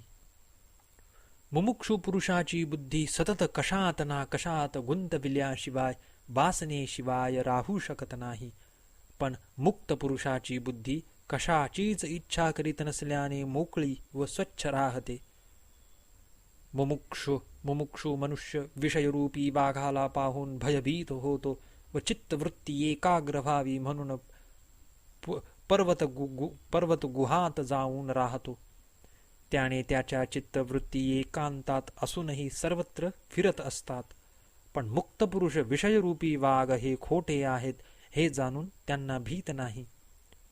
मुक्त पुरुष रूपी सिंहाला पाहून वासनाग्रस्त चुपचाप पळून जातात. संसारी माणसे अशा ईश्वरी कृपा लाभलेल्या वासनारहित सत्पुरुषाची स्वतः येऊन सेवा करतात. संशयरहित समतोल मनाचा ज्ञानी यमनियमादिकांच्या कर्मकांडाचा आग्रह न धरता सहज प्राप्त पाहणे, ऐकणे, स्पर्श करणे, वास घेणे, खाणे इत्यादी कर्मे अलिप्तपणे करतो. चिदात्म्याच्या नुसत्या श्रवणानेच चिदात्म्याचे नाव ऐकताच ज्याची अखंडित शुद्ध बुद्धी झाली आहे तो ज्ञानी आत्मरूपातच स्थिर राहतो. तो मुक्त पुरुष मग आचार अनाचार शुभ अशुभ ह्यांच्या जंजाळातच पडत नाही. जेव्हा जे कुठले शुभ अथवा अशुभ कर्म ज्ञानी पुरुषाच्या दैववशात वाट्याला येते, तेव्हा कसलाही आग्रह तक्रार न करता ते तो सहज करतो. कारण त्याचे सर्व व्यवहार एखाद्या बालकाप्रमाणे कुठल्याही हेतूने होत नाहीत. मनाची सर्व बंधने तुटून मन पूर्ण विकार व विचाररहित झाल्याने स्वतंत्र झाले असल्यामुळे ज्ञानी माणसाला आपोआप सुख मिळते. कारण दुःख निर्माण करायला मनावर कसलाही ताण नसतो. त्यामुळे तो परम अनुभवाला प्राप्त होतो. प्रत्यक्ष ज्ञान अनुभवाला येते, नित्य सुख वाट्याला येते व तो परमपदाला पोहोचतो. जेव्हा पुरुषाला आपल्या आत्म्याचे अकर्तेपण अभोक्तेपण प्रत्यक्ष आत्मदर्शनाने अनुभवास येते, तेव्हा त्याच्या चित्ताच्या सर्व वृत्ती क्षीण होतात.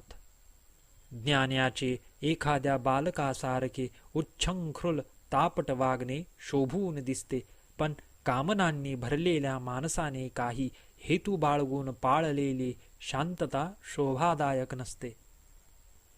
कल्पनारहित बंधनरहित मुक्त बुद्धीचा ज्ञानी कधी प्रारब्धवशात ऐश्वर्ययुक्त भोगात विलास करतो, तर कधी निर्जन गिरिगव्वरात राहतो.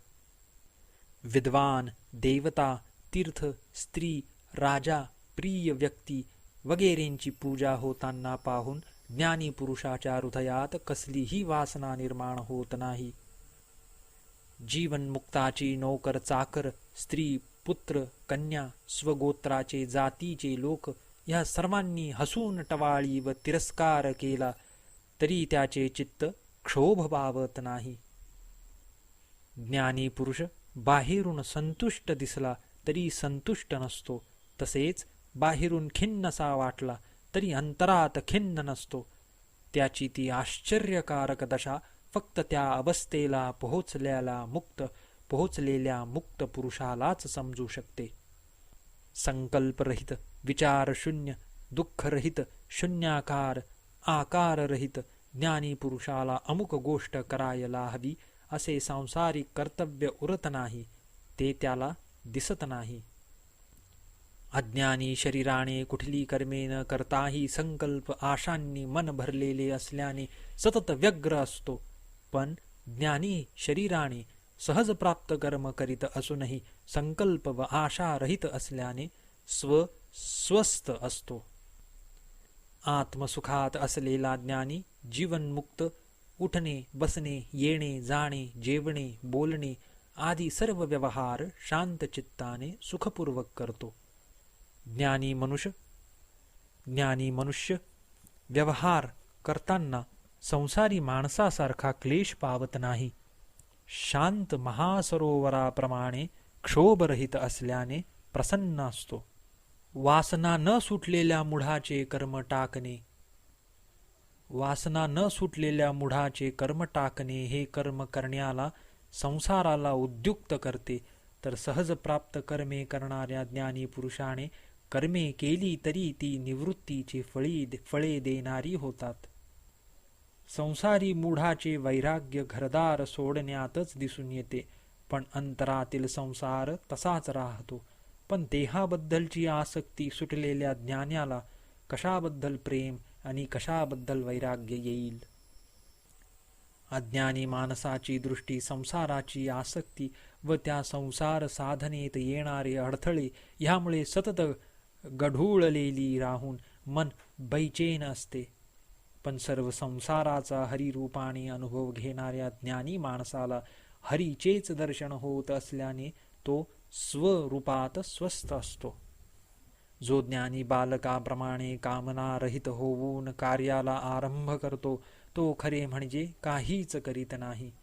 तो अहंकाररूपी मलाच्या रहित असल्याने त्याच्या ठिकाणी कर्तृत्वभाव नसतो. तो आत्मज्ञानी पुरुष धन्य आहे, ज्याला सर्वत्र ब्रह्मरूपाचा अनुभव येतो. त्यामुळेच पाहणे, ऐकणे, स्पर्श करणे, वास घेणे, खाणे इत्यादी इंद्रियांनी होणारी कर्मे तो करीत असला तरी तो त्याला ब्रह्मानुभवच ठरतो. जो ज्ञानी निरभ्र आकाशासारखा सर्वदा संकल्प विकल्प रहित आहे, त्याला संसार कुठला व स्वर्ग कुठला. आत्मविद जीवनमुक्ताच्या दृष्टीने सर्वत्र एका आत्म्यानेच परिपूर्ण विश्व व्यापलेले असल्याने दुसरे काहीच नाही. मग त्याला स्वर्ग नरक आणि त्याला कारणीभूत असलेले पाप पुण्य कुठले. जो ज्ञानी पुरुष इहलोकातील व परलोकातील फलांच्या कामने रहित आहे, जो संपूर्ण निष्काम आहे, तोच पूर्णानंद स्वरूप आहे. ज्याची सहज समाधी सर्वदाच चालू असते, तो मुक्त पुरुष आपल्या अनवच्छिन्न समाधीने स्वरूपाने जगात वावरतो. भोग व मोक्षाच्या इच्छेचा त्याग केलेला, कुठेही केव्हाही राग द्वेषाचा लवलेश नसलेल्या ज्ञानी महात्म्याचे महात्म्य अधिक काय सांगणार. हे नामरूपात्मक घटपटादी रूप जे जगत आहे, ते सर्व कल्पना मात्र आहे. त्याचे अधिष्ठान रूप ब्रह्म हेच सत्य आहे. ज्या शुद्धबोध स्वरूप मुक्त पुरुषाने संपूर्ण कल्पनेचा त्याग केला आहे व जो केवळ शुद्ध चैतन्य स्वरूपातच राहत आहे, त्याला कुठेही कर्तव्य शिल्लक राहत नाही. हा सर्व संसार कल्पित व भ्रामक आहे, त्याला अस्तित्वच नाही व केवळ ब्रह्मच सत्य आहे, असा ब्रह्मानुभव घेणाऱ्या योग्याला सहज शांती मिळते. जो ज्ञानी शुद्ध स्वरूप स्वप्रकाश चिद्रूप अशा स्वला पाहतो, तो आणखी इतर कुठल्या दृश्य पदार्थाला पाहत नाही.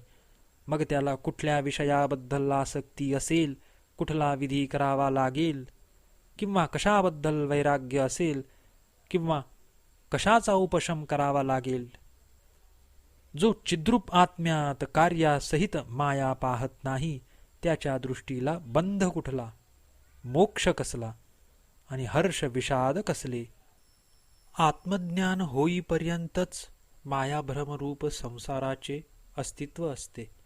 त्यामुळे आत्मज्ञानी पुरुष ममतारहित निरहंकार कामनाशून्य अशा अवस्थेत जगाला शोभायमान वाटतो.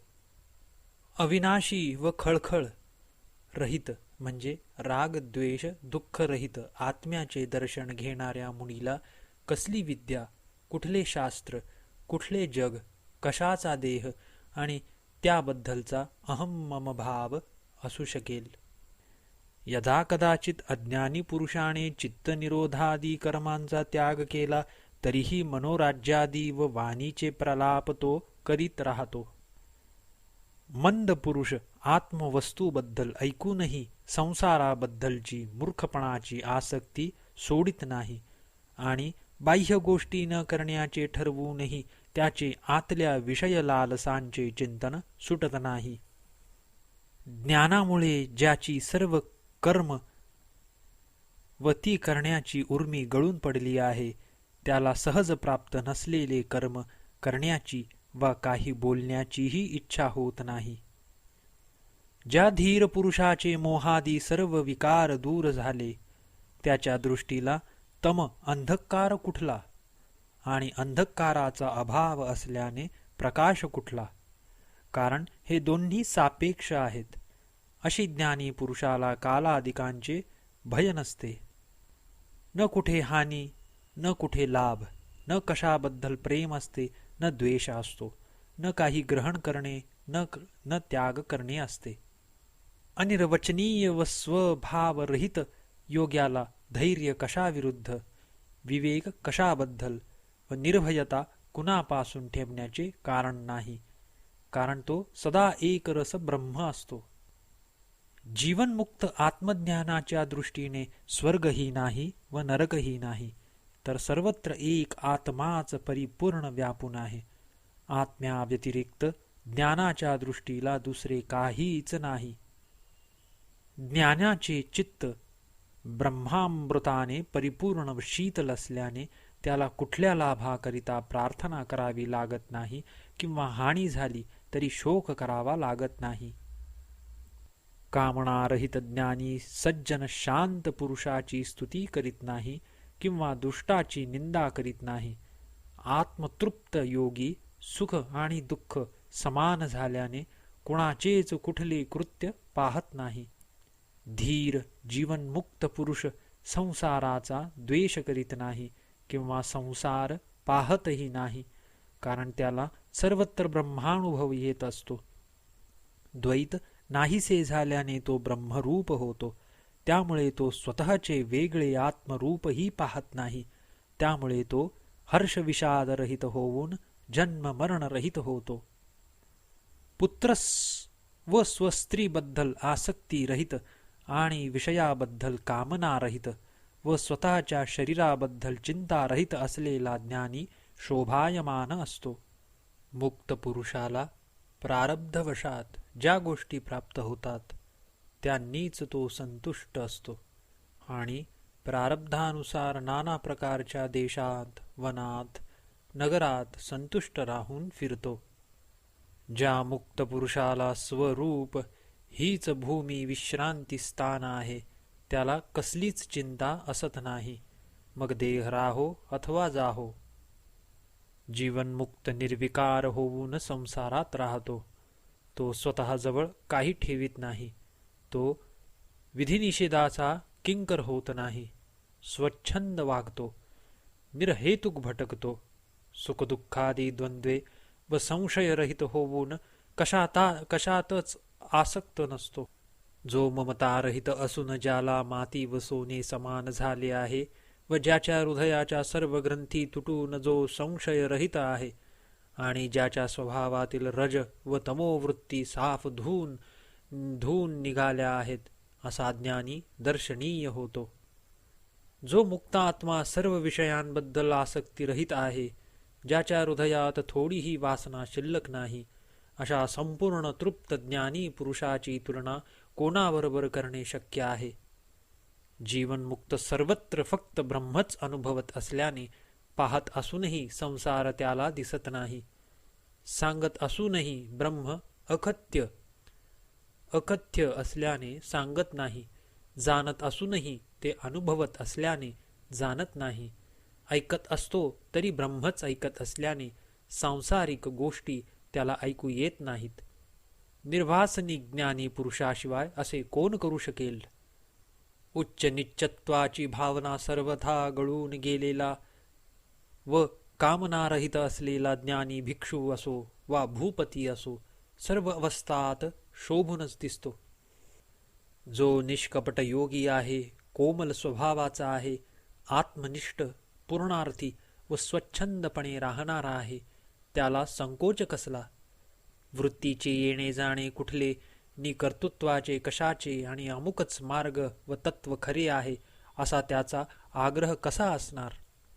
कसल्याही आशेशिवाय आत्म्यातच विश्रांतीने तृप्त झालेल्या ज्ञानी पुरुषाला जो आनंदाचा अनुभव येतो, तो शब्दांनी कसा वर्णन करून सांगणार? ज्ञानी झोपेतही साक्षी वृत्तीने राहू शकत असल्याने त्याची झोप इतरांसारखी तमोमय नसते. तो त्याच जागृत साक्षी भावाने स्वप्नेही पाहतो व जागृतीतले सारे व्यवहारही क्षणक्षणात जगत असल्याने भूत व भविष्याचे विचार न करता साक्षी वृत्तीने असल्याने तृप्त वृत्तीने चालतात. ज्ञानवान जीवनमुक्त लोकांच्या दृष्टीने चिंतायुक्त वाटला तरी चिंतारहित आहे. इंद्रियांचे व्यवहार करीत असला तरी निरिंद्रिय आहे. बुद्धियुक्त वाटला तरी बुद्धिरहित आहे. अहंकारयुक्त वाटला तरी अहंकाररहित आहे, कारण त्याची सर्वत्र आत्मदृष्टी आहे. जो आत्मानंदात बुडून गेला आहे तो इतर कुठे गुंतत नसतो. ज्ञानी सुखीही नाही व दुःखीही नाही, विरक्त नाही किंवा कोणाच्या संगात नाही, मुमुक्षू नाही किंवा मुक्त नाही. त्याचा काही विशेष नाही किंवा अविशेष नाही, कारण तो फक्त आत्मभावानेच शिल्लक राहिला आहे. त्याच्या इतर सर्व गोष्टी गळून पडल्या आहेत. जगात ज्ञानी मुक्त पुरुष धन्य आहे, कारण लोकदृष्टीने एखादी गोष्ट संशयास्पद असली तरी तो संशयरहित असतो. कारण सर्वत्र ब्रह्मानुभव येत असल्याने संशयाचे कारणच उरत नाही. लोकदृष्टीला तो समाधी अवस्थेत आहे असे वाटले तरी तो सहजावस्थेत असतो. लोकदृष्टीने तो जड वाटला तरी वास्तवात तो आत्मदर्शनाने तृप्त असल्याने काही करण्याची उर्मी शिल्लक नसते. लोकदृष्टीने तो ज्ञानी पंडित वाटला तरी त्याचे निघालेले बोल हे आत्मानुभूतीचे असल्याने त्यात ग्रांथिक पांडित्य नसते. ज्ञानी कर्मानुसार यथाप्राप्त गोष्टींबद्दल स्वस्थ चित्त असतो. गतगोष्टींबद्दल व भविष्यातील कार्याबद्दलही तो संतुष्ट असतो.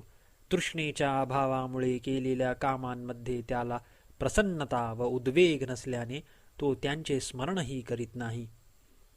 कुणी स्तुती केल्याने ज्ञानी प्रसन्न होत नाही किंवा कुणी निंदा केली म्हणून रागावत नाही. मरण आले तरी व्याकुळ होत नाही किंवा जगल्याचा हर्ष करीत नाही. शांत बुद्धीचा ज्ञानी पुरुष माणसांनी गजबजलेल्या स्थानाकडे अथवा अरण्याकडे धावत नाही, तर तो जेथे ज्या परिस्थितीत असेल तेथेच समभावाने राहत असतो. 18वा अध्याय समाप्त. श्री अष्टावक्र गीता अध्याय 19. गुरुपदेशाने कृतार्थ झालेला जनक राजा आपला अनुभव श्री गुरूंना धन्यतापूर्वक सांगत आहे. जनक म्हणाला, हे श्री गुरो, आपण परमकृपेने आपल्या अमोघ वाणीने माझ्या हृदयातील नाना प्रकारची शल्ये, संकल्प व विकल्प दूर केल्याने आता मी कृतार्थ झालो आहे व आता माझी स्थिती अशी झाली आहे. स्वतःच्या महिम्यात स्थित झाल्याने मला आता धर्म, काम, अर्थ, विवेक, द्वैत, अद्वैत हे काहीच उरले नाही. आपल्या कृपेने लाभलेल्या स्वमहिम्यात सदैव स्थित झाल्याने आता मला भूतकाळ व भविष्यकाळ किंवा वर्तमान काळ तसेच अमुक एक देश असा राहिला नाही. स्वमहिम्यात स्थित झाल्याने आता मला आत्मा, अनात्मा, शुभ, अशुभ, चिंता, अचिंता अशा कुठल्याच गोष्टी राहिल्या नाहीत. आता मला स्वप्न नाही व सुषुप्ती नाही, जागृती नाही वा तुरीय अवस्था नाही, भयही उरलेले नाही. आता मी स्ववैभवात आहे. स्वमहिम्यात निमग्न झालेल्या मला आता दूरचे काय व जवळचे काय, बाहेरचे काय आणि अंतरातील काय, स्थूल वा सूक्ष्म असे काय राहणे शक्य आहे. स्वरूपात राहणाऱ्या मला मृत्यू कुठला नि जीवित कुठले, लोक आणि लौकिक कुठला किंवा लय अथवा समाधी कुठली. आत्म्यात विलीन झालेल्या मला धर्म, अर्थ, काम, योगाबद्दलच्या गोष्टी अथवा विज्ञान कथा आता पुरे झाल्या, त्यांची आवश्यकता नाही. 19वा अध्याय समाप्त. श्री अष्टावक्र गीता 20वा अध्याय. जनक म्हणाला, संपूर्ण उपाधिरहित जे माझे निरंजन स्वरूप आहे त्यामध्ये पंचमहाभूते, सूक्ष्म कार्य करणारी इंद्रिये, मन, शरीर व शून्यावस्था इत्यादी कल्पित गोष्टी मनच नाहीसे झाल्याने कशा असू शकतील. मीच त्यांचा साक्षी आहे. हे श्री गुरो, मला शास्त्राशी व शास्त्रजन्य ज्ञानाशी काय करायचे आहे. आत्मविश्रांतीशी सर्व वासना गळून गेल्याने वासनेशी वा वासना विरहितेशी तृप्ती किंवा तृष्णा, द्वंद्व ह्यांच्याशी काय करावायचे आहे. कारण मी शांतरस ब्रह्म आहे. मला विद्या किंवा अविद्या कुठे, अहंकार कुठला, बाह्यवस्तू कुठली, ज्ञान कसले, माझा कुणाशी संबंध काय, संबंध दुसऱ्याशी असतो, मला दुसरा कोणी नाही, बंध आणि मोक्ष मला नाहीत. माझ्या निर्विशेष स्वरूपाला धर्म नाही आणि निधर्मक माझ्या स्वरूपाला विद्येचाही धर्म नाही. निर्विशेष, निराकार, निरवयव अशा माझ्या आत्म्याला प्रारब्ध कर्म कुठले, जीवनमुक्ती व विदेहमुक्ती कुठली, सदा स्वभावरहित अशा मला कर्तेपण कुठले आणि भोगतेपण कसले, निष्क्रियता वा स्फुरण प्रत्यक्ष ज्ञान अथवा विषयाकार वृत्तीने मिळणारे फळ ही सारी मला कशी असणार? अद्वैत आत्मस्वरूपात लोक कुठले, मुमुक्षु कुठला, योगी वा ज्ञानवान, बद्ध वा मुक्त कसा असेल? केवळ अद्वैत आत्माच असेल. अद्वैत अशा आत्मस्वरूपाला सृष्टी निर्माण वा संहार, साधन आणि साध्य व साधक व सिद्धी इत्यादी गोष्टी कशा असतील? सर्वदा निर्मल रूप मला प्रमाता, प्रमाण व प्रमेय आणि प्रमा, कमी वा अधिक अशा गोष्टी कुठल्या? सर्व क्रिया रहित असे जे माझे आत्मरूप आहे त्याला विक्षेप वा एकाग्रता, कुठले ज्ञान वा मूढता, कसला हर्ष अथवा खेद असणार? सर्वथा निर्मळ अशा आत्मस्वरूपाला कुठला व्यवहार वा परमार्थ, सुख वा दुःख असू शकेल? सर्वार्थाने विमल अशा आत्मस्वरूप मला कुठली माया वा संसार, प्रीती अथवा द्वेष, जीवभाव किंवा ब्रह्मभाव असणार? सर्वदा स्थिर, कूटस्थ आणि विभागरहित अशा मला प्रवृत्ती किंवा निवृत्ती, बंधन आणि मुक्ती ह्या गोष्टी तरी कुठल्या? उपाधिरहित कल्याणरूप आत्मस्वरूप अशा मला कसला उपदेश वा कसले शास्त्र, कुठला शिष्य अथवा कुठला गुरु आणि कुठला मोक्ष असू शकेल? मला आहे अथवा नाही असे स्फुरणच नाही. न अद्वैत न द्वैत आहे. फार सांगण्याचे प्रयोजन नाही. चैतन्य स्वरूप माझ्यात काहीच अहम स्फुरण नाही. 20वा अध्याय समाप्त. इति श्री अष्टावक्र गीता संपूर्णः. तत्सत् श्री कृष्णार्पणमस्तु.